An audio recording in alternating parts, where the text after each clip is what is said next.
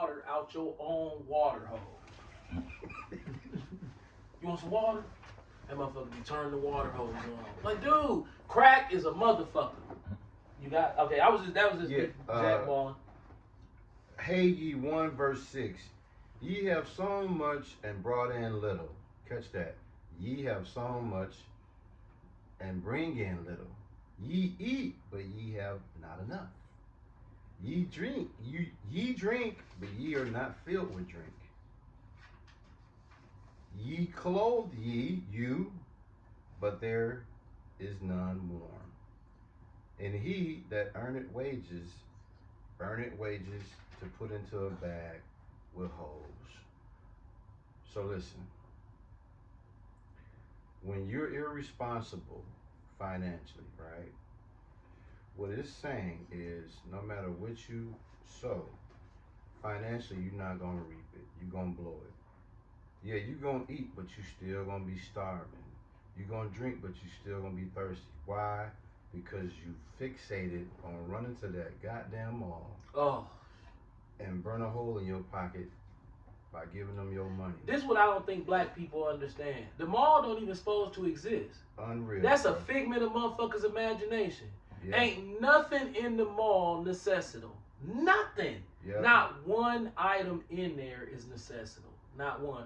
Yeah. And then the food court in malls is almost like some sort of sick joke. Like who idea was it to sell this disgusting bullshit?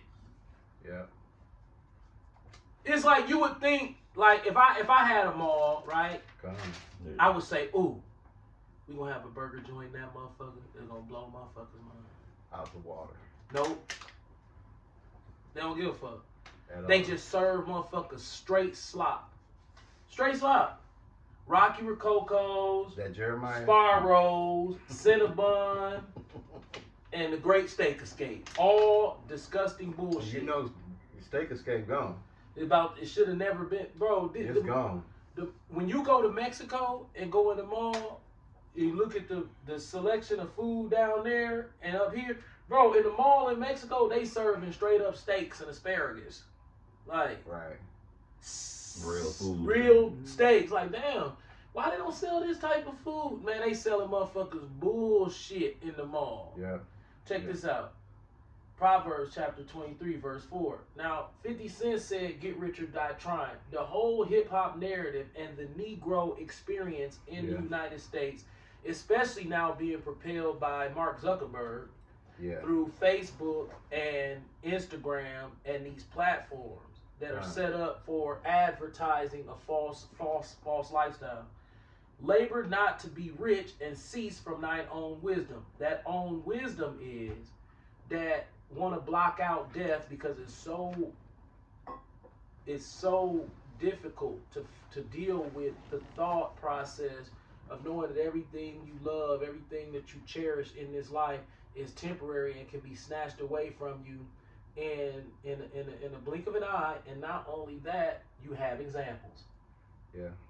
So right when you try to be like, nah, that's stretch, I think everybody gonna live nice and long. Yeah. Oh yeah? So we need to start making examples of people that you know. And once you start doing that, guess what? You fall right back into your right state of mind, which is fear and the thought process of always keeping that thought of death right there. This shit ain't designed to be comfortable. That's one thing that the longer I stayed in this truth, it started to actualize. It is not meant to be comfortable. If you feeling comfortable, you bullshit. You doing it wrong. Right. You gotta go back to Christianity for comfort. Yeah. This shit is spookism. Doom and gloom, baby. Right. Your ass on the grill. Now, At all times. At all times. Now, this whole narrative that get rich to die trying that they put in Jake's head, that is a false narrative. Yeah. But this is how Satan has been able to put a buffer between. If you hate worldly riches, you a hater. But me personally have been around Negroes who have become into financial success. All of the Negroes I do not know one. Not one Negro I know that has a lot of money is of moral character. Not one. Not one. Kind. Not one. But people overlook that because they got a mortgage that's big. Yeah. You know, or they got $1 million or something like that. Yeah. Bro, if you 50 years old and you black, and we already know that death comes as a ghost. As a ghost. What are you really doing? Right. See, that's the whole psychological game that Satan know how to play. Right. Let's get money. Bro, okay, say you get the money. You getting it. Right. You getting it. And tomorrow you drop dead. It ain't no uncertainty in it. It ain't no certainty in this shit. Yep. May I? Hey, why not? Matthew chapter 6, verse 19. Lay not up for yourself treasures upon earth, where moth and rust do corrupt. What's the number one thing a nigga want? Out of all items, there's one item that a nigga just can't do without. The Riz. Is one item that nigga cannot do without. Everybody knows this item. It's a car. But not just the car. It's got to be big car. The big car, man. It says where moth and rust do corrupt. Dog, cars rust. I've had nice vehicles. Yeah. And every last one of them had a rust spot on it. The Mercedes, the first Mercedes I had. What's causing the rust? The Lord. He laughing at you when you trust in that bullshit. It's going to rust. Every vehicle that I've had eventually got rust on it. My wife's Range Rover got rust spot on it. My black Mercedes had a rust spot on it. The silver Mercedes end up having a rust spot. You don't know. Cause you're not gonna see it, cause it's gonna be so small. I'm gonna be hiding it. You ain't gonna see it until you can see it. You gonna do like Fat Man, put duct tape on it? Yeah, I'm gonna put some duct tape on it. I'm gonna scrub on it a little bit. Take some touch-up paint. The duct tape over the engine. Because the rust spots start off very, very small, and you be like, damn, okay, and you can hit it with some touch-up paint. You won't even be able to tell, but see, you got to go through another winter. So eventually, that next spring, that motherfucker gonna be a little bit bigger.